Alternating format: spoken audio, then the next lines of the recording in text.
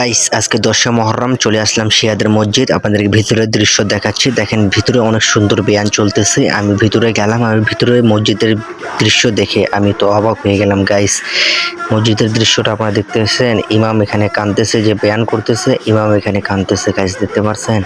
আপনাদেরকে দেখাচ্ছি, আর ভিডিও তো সম্পূর্ণ দেখবেন এরা মাতাম কিভাবে করে না করে। আপনাদেরকে রিয়েলিটি বের হবে, এই রিয়েলিটিও আপনাদেরকে দেখাবো। দেখতে পাচ্ছেন ভিতরের দৃশ্য গাইস, বয়ান করতেছে, অনেক সুন্দর বয়ান করতেছে গাইস আপনাদেরকে আমি একটা কথা বলতে চাই, আপনারা যদি 10 মুহররম কোনো জায়গায় যান না যান, এই সিয়াদের জায়গায় আসবেন এবং তাদের বয়ান শুনবেন। তাদের বয়ান যে আপনার চোখে জল চলে আসবে, আপনি কান্না বাধ্য হয়ে যাবেন যে বয়ান করে গাইস। সব মানুষে সেখানে অনেক কান্না করছিল, আমার চোখেও জল চলে আসছে গাইস, যে বয়ান করতেছিল না গাইস, আমি বলতে পারছি না। এবং আপনাদেরকে বাইরের দৃশ্য দেখাবো, তারা সবাই বাইরে বের হবে এবং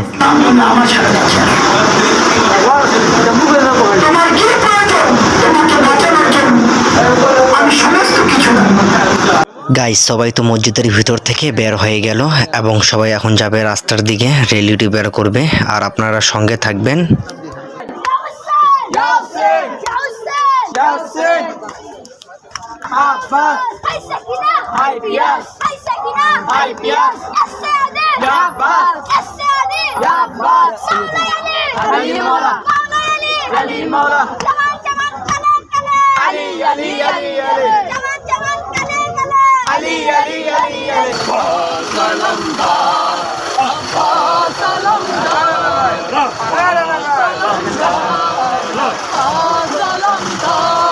ऐसी ही चलाती सारे हैदर कल्ला ऐसे ही चलाती सारे। গাইস একটি ঘোড়াকে সুন্দর করে সাজিয়ে সেখানে নিয়ে এসেছে, দেখতে পাচ্ছেন ঘোড়াটি কত সুন্দর করে সাজিয়েছে এবং দুই পাশে দুটি তলোয়ারও রেখেছে গাইস।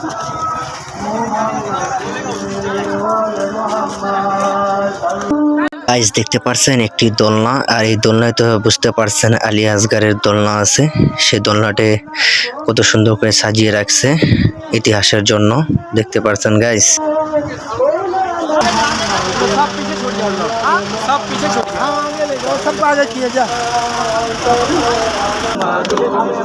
তো গাইস প্রচুর গরম, এই গরমে আমি এখানে ভিডিও করতেছি, আর এই গরমে এরা বের হয়েছে গাইস। এই সিয়ারা বলে আমরা হুসেনকে মারিনি, এই জিদরে মেরেছে। রাসূলের নাতির উপর পানি বন্ধ করে দেওয়া সুন্নাত না তাকে পানি দেওয়া সুন্নাত ছিল। রাসূলের নাতির গলায় তরবারি দিয়ে তরবারি চালানো সুন্নাত ছিল না আল্লাহর রাসূল তার নাতির গলায় চুমু খেয়েছেন। আপনারা চিন্তা করুন, যদিও এই মুহূর্তে আপনারা 2-1 মিনিট শুনছেন, আজকে যদি রাসূলের সুন্নাত আমরা পালন করতে চাই তাহলে কারবালাকে পালন করতে হবে। রাসূলের সুন্নাতকে যদি পালন করতে চায় তাহলে ইমাম হুসাইনকে ভালোবাসতে হবে। আর যে ব্যক্তি ইমাম হুসাইনকে ভালোবাসে সে ব্যক্তি কখনোই তার আজাদারি, তার প্রতি মহব্বত, তার প্রতি শোক পালন না করে থাকতে পারে না। আমরা বলতে চাই এটা ইমানের দাবি করে নির্মমভাবে তাকে দুনিয়ার মুখ থেকে বিদায় করতে আসি। হযরত ইমাম হুসাইন কারবালার ময়দানে দেখেছেন যে ইয়াজিদ মানবতা বিরোধী কাজ করেছে, ইয়াজিদ মানবতার পক্ষে ছিল। মানবতা বলে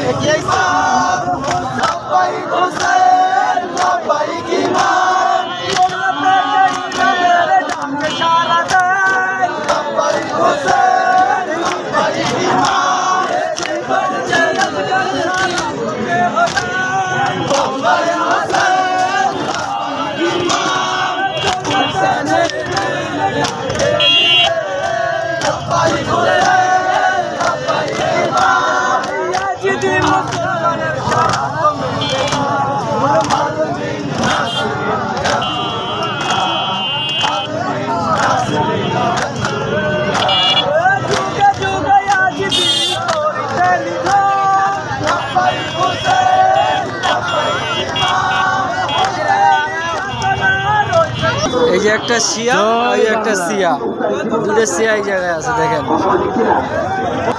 গাইস সিয়াদের ইমাম সেখানে খাড়া হয়ে অনেক দেরি বক্তব্য করছিল রাস্তার মধ্যে, তো মানুষ শ্রবণ করছিল বক্তব্য। তো আপনারাও শ্রবণ করেন বক্তব্য, কি বলছে না বলছে অবশ্যই কমেন্ট বক্সে জানাবেন গাইস। আপনজন কারা? আল্লাহর নবীর এক সাহাবী জিজ্ঞেস করলেন, ইয়া রাসূলুল্লাহ সাল্লাল্লাহু আলাইহি সাল্লাম, আপনি মুহাম্মদ যে বলেছেন আপনার নিকট আত্মীয়দেরকে আমরা সবাই ভালোবাসি, আপনার নিকট আত্মীয় কারা? তাদের নামগুলো একটু উল্লেখ করেন, তাহলে তাদেরকে ভালোবাসতে আমাদের জন্য সুবিধা হবে। তখন তাআলা আল্লাহর নবী বললেন, এই উম্মতরা শোনো, আমি মুহাম্মদের নিকট আত্মীয় কারা? আল্লাহর নবী বললেন, আমি মুহাম্মদের নিকট আত্মীয় হচ্ছে আলী ওয়া ফাতিমা ওয়া নাহমা, আলী ফাতিমার দুই ছেলে হাসান ও হুসাইন, এরা হচ্ছে আমি মুহাম্মদের সবথেকে আপনজন, সবথেকে কাছে, সবথেকে নিকটাত্মীয়। সুতরাং এই উম্মতরা শোনো, উম্মতরা, তোমরা যদি আল্লাহকে খুশি করতে চাও, আমি মুহাম্মদকে খুশি করতে চাও, আমি কষ্ট করে দিন শিক্ষা দিয়েছি, কোনো পারিশ্রমিক চাই না, তোমাদের কাছে একটা জিনিস চাই, আমার আলী ফাতিমা হাসান হুসাইন, আমার আহলে বাইতকে তোমরা ভালোবাসিও, মহব্বত করো, এটাই আমি মুহাম্মদ নবীর চাওয়া পাওয়া তোমাদের কাছে।